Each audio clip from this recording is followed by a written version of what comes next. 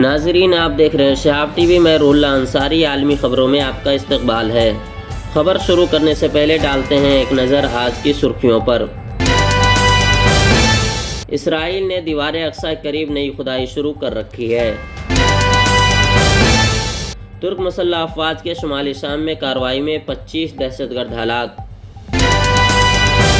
Tashkent conference: Afghanistan میں غربت کی بنیادی وجہ امریکی پابندیاں ہیں، طالبان کا الزام۔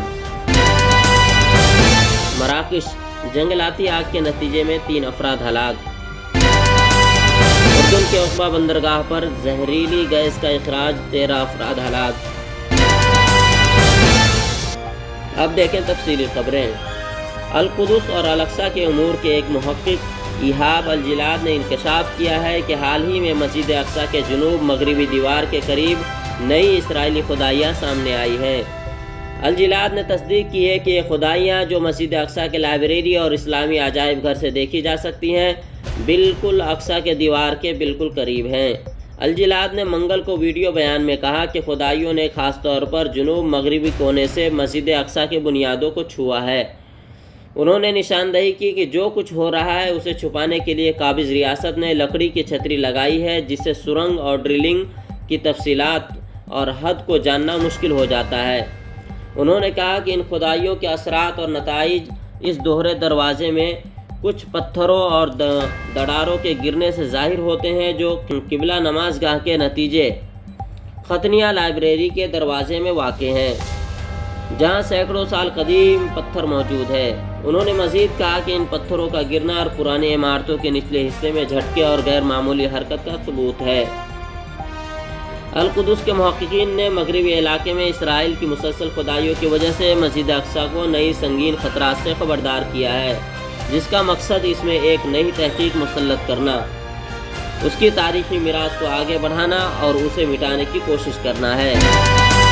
شمالی شام میں ترک مسلح افواج کی جانب سے فرات ڈھال اور چشمہ ایمن کارروائیوں میں علیحدگی پسند دہشت گرد تنظیم YPG/PKK کے 25 ارکان کو فائرنگ کر کے ہلاک کر دیا گیا۔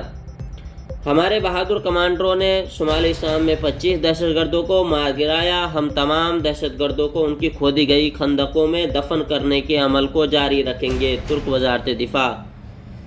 وہیں شام میں ترک مسلح افواج کی جاری فرات ڈھال آپریشن میں دہشت گردوں کی بلا اشتعال فائرنگ کے نتیجے میں 2 ترک فوجی شہید ہو گئے۔ ترک امور دفاع کے مطابق فرات ڈھال آپریشن میں گزشتہ روز علیحدگی پسند دہشت گرد تنظیموں نے ترک فوجی چوکی پر بلا اشتعال فائرنگ شروع کر دی، جس کے نتیجے میں 2 ترک فوجی مولود یوگوردو اور ماردوناول زخمی ہو گئے۔ دونوں فوجیوں کو بروقت اسپتال پہنچایا گیا، مگر وہ زخموں کی تاب نہ لاتے ہوئے چل بسے۔ امور دفاع نے اپنے بیان میں اس واقعے پر گہرے دکھ اور افسوس کا اظہار کرتے ہوئے شہداء کے لیے دعائے مغفرت اور اہل خانہ سے دلی تعزیت کا اظہار کیا۔ طالبان حکومت کے اعلیٰ سفارتکار نے ازبکستان کے دارالحکومت تاشقند میں منعقدہ بین الاقوامی کانفرنس کے دوران الزام عائد کیا کہ افغانستان میں غربت کا بنیادی محرک امریکہ کی جانب سے عائد کردہ پابندیاں ہیں۔ طالبان حکومت کے وزیر خارجہ امیر خان متقی نے واشنگٹن پر ایک مرتبہ پھر زور دیا کہ وہ پابندیاں ہٹائے اور افغان مرکزی بینک کے امریکہ میں رکھے گئے $7 ارب کے منجمد اثاثے غیر مشروط طور پر جاری کرے، تاکہ طالبان ملک کے گہرے ہوتے معاشی اور انسانی بحران سے نمٹ سکیں۔ افغانستان کے $2 ارب مزید اثاثے یورپی ممالک میں منجمد ہیں۔ تاشقند کانفرنس میں امیر خان متقی کا مزید کہنا تھا کہ افغانستان کے اثاثوں پر پابندی جیسے اقدامات نے نہ صرف غیر ملکی سرمایہ کاری اور مالیاتی لین دین کو متاثر کیا ہے، بلکہ اس سے حکومتی سرگرمیوں پر بھی اثر پڑا ہے۔ انہوں نے افغانستان کے اثاثوں کو بحال کرنے اور پابندیاں ہٹانے کو کابل اور واشنگٹن کے درمیان تعلقات کو معمول پر لانے کی طرف ایک بنیادی قدم قرار دیا۔ لاراس میں 23 جولائی سے جاری جنگلاتی آگ پر تاحال قابو نہیں پایا جا سکا۔ متاثرہ علاقے سے 536 کنبوں کو محفوظ مقامات پر منتقل کر دیا گیا۔ مراکش کے شمالی جنگلاتی آگ کے نتیجے میں 3 افراد ہلاک ہو گئے ہیں۔ دارالحکومت رباط کے شمالی شہر لاراش کے مقامی حکام نے جاری کردہ بیان میں کہا ہے کہ آگ آبادیوں تک پھیلنے کے بعد رہائشیوں سے متاثرہ علاقہ ترک کرنے کی اپیلیں کی گئی تھیں۔ اپیلوں کے باوجود علاقے میں موجود 2 عورتیں دھوئیں کی وجہ سے دم گھٹنے کے نتیجے میں ہلاک ہو گئی ہیں۔ بیان میں کہا گیا ہے کہ لاراش میں 23 جولائی سے جاری جنگلات آگ پر تاحال قابو نہیں پایا جا سکا۔ متاثرہ علاقے سے 536 کنبوں کو محفوظ مقامات پر منتقل کر دیا گیا ہے۔ کل ملک کے شمالی علاقے تیونات میں فائر بریگیڈیئر کے عملے کا بھی 1 افراد ہلاک ہو گیا۔ دوسری طرف مراکش حکومت نے 5 اضلاع میں آگ سے متاثرہ افراد کے لیے $290 ملین درہم یعنی تقریباً 29 ملین امریکی ڈالر کی امداد کا اعلان کیا۔ اردن کے عقبہ بندرگاہ میں پیر کے روز زہریلے گیس کا ایک سلنڈر پھٹنے سے 13 افراد ہلاک اور 200 سے زیادہ زخمی ہو گئے ہیں۔